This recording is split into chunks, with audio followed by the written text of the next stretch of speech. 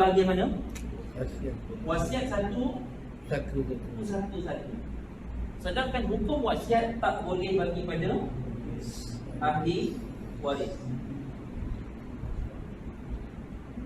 Jadi kalau dia bagi juga, bila bagi juga, maka dia akan pergi kepada kaedah ini.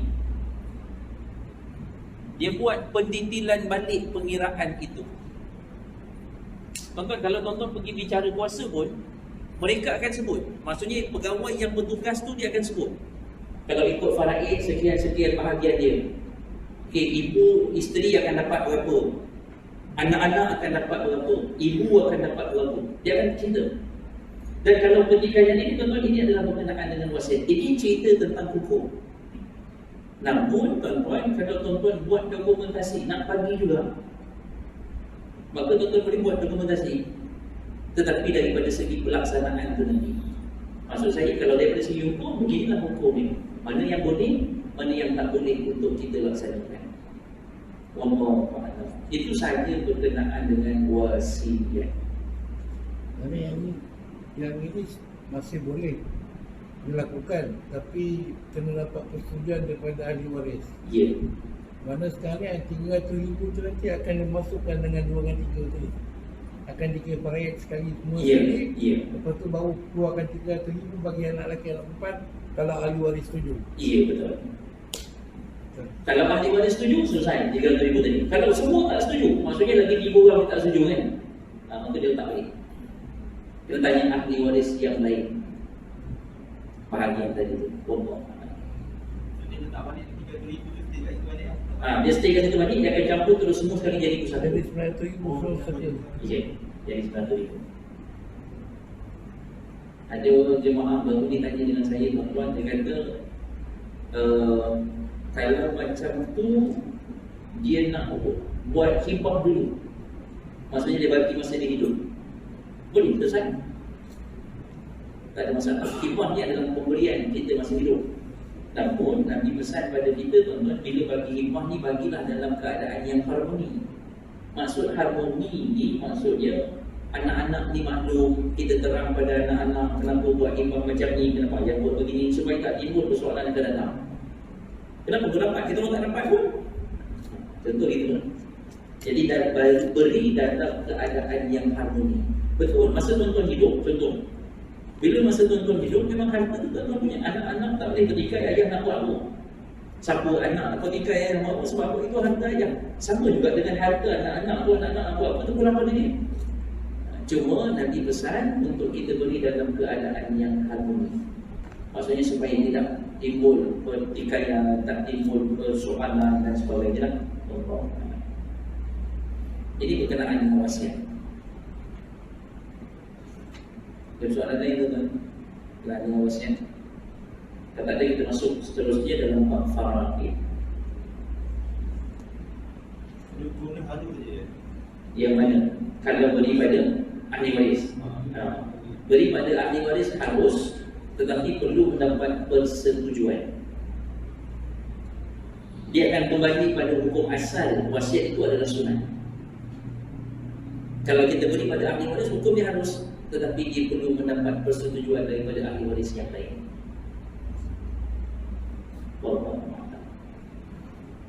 Jadi kalau saya buka satu isu ni, hot ni tuan-tuan, orang tanya saya berkenaan dengan status rumah. Saya pernah timbulkan soalan dengan tuan-tuan kan, pasal rumah. Bila rumah ni, rumah loan bersama, kemudian nama bersama, itu okey lagi tuan-tuan, nampaklah dia punya bukti dia. Ada satu kes yang saya dapat, loan rumah, yang beli rumah pakai nama isteri, tapi suami buat loan yang sama, jumlah dia contohlah rumah 100,000, isteri buat loan beli rumah, suami buat juga personal loan 100,000 juga. Tujuannya untuk apa? Renovation. Ada tuan-tuan simpan risik renovation? Ada tuan-tuan simpan risik renovation?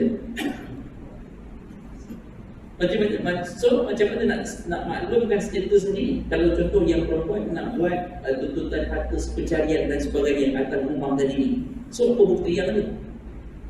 Kadang-kadang kita masa hidup ni kita tak fikir lah tuan-tuan. Contoh nanti bila renovation tu jangan lupa yang risik tu tulis nama saya lah.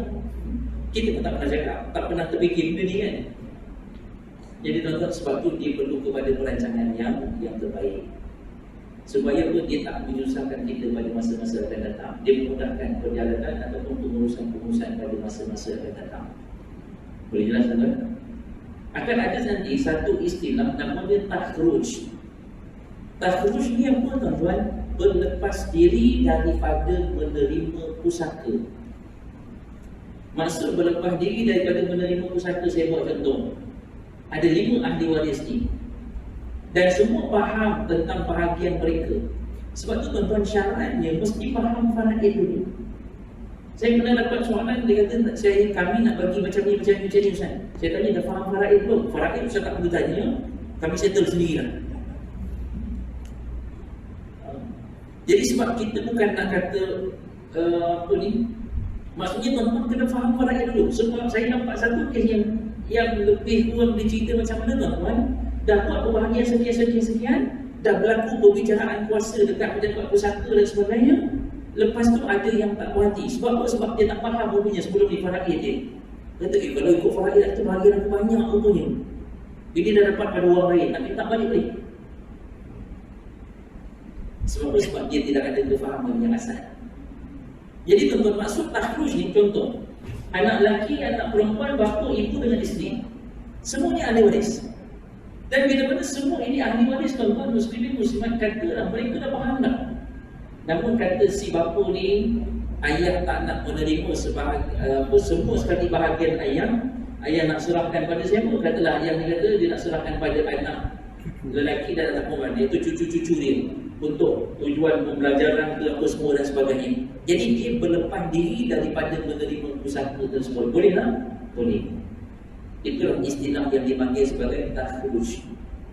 Ataupun ibu pun kata sama, tak apalah, bagilah pada cucu-cucu ni. Pesan pada menantu nanti bersamalah baik-baik cucu-cucu ni. Bagi pelajaran yang terbaik sekian. Boleh tak? Boleh. Kalau mereka nak ambil bahagian mereka, boleh tak? Pun boleh juga, itu bahagian mereka.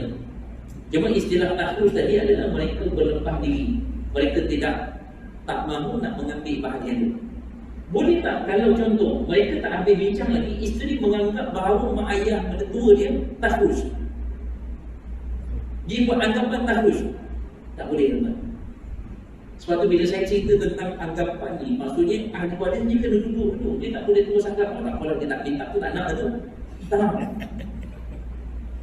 Tuan-tuan, pening nanti dah bagi, tiba-tiba dia datang minta, oh Loi tak nak.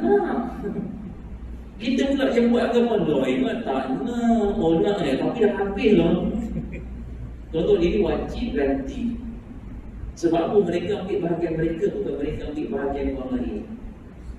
Saya pernah datang soalan, dia kata, oh ini apa, bila ada yang tak setuju nak buat bahagian sama rata dan sebagainya, alah kedekut sangat ni kan boleh bagi, janganlah tamak sangat tentang harta ini. Tak, dia tak tamak, dia tak ambil hak orang lain, dia cuma ambil hak dia je. Dia ambil bahagian dia je, dia tak ambil bahagian orang lain tuan-tuan. Guru kami kata berdosa, kita kata orang ambil bahagian dia tamak dan kedekut ataupun mata buitan dan sebagainya, dia tak ambil bahagian orang lain. Contoh katalah ibu memang bahagian dia 3,000, dia ambil 3,000, boleh tak kita kata dia tamak sebab dia dapat lebih? Tak. Sebab dia ambil berdasarkan pokok bahagian yang telah diberikan memang pada dia, bukan pada orang lain. Hak dia. Cuma tuan-tuan, orang kita ni bila bahagian pusaka ni, dia ada isu-isu sensitif sikit. Kadang-kadang ada sampai satu ketika isu sentimental value. Saya dapat satu soalan baru ni tuan-tuan, sentimental value. Tapi itu saya tak nak beratkan dulu, kita masuk dulu bab faraid. Boleh tuan-tuan? Okay, kita masuk pada muka surat yang ke-27. Faraid, pelajari ilmu faraid serta ajarkannya kepada orang lain, kerana sesungguhnya ilmu faraid setengahnya ilmu, ia akan dilupakan, dan ia ilmu pertama yang akan diangkat dari umatku. Hadis riwayat Ibnu Majah. Tuan-tuan muslimin muslimat yang dirahmati Allah, daripada hadis Nabi SAW, baginda Nabi beri peringatan pada kita, belajarlah ilmu faraid. Tuan-tuan, at least paling tidak pun bila kematian berlaku pada kita ataupun ahli keluarga kita yang terdekat, kita faham macam mana buat pengurusan ini. Dan ataupun sebelum kita meninggal dunia, tuan-tuan, kita faham dan macam mana kita nak terang pada anak-anak. Berdosa kita kata faraid ini tak adil. Farah ATP menyebabkan orang berkata, tuan-tuan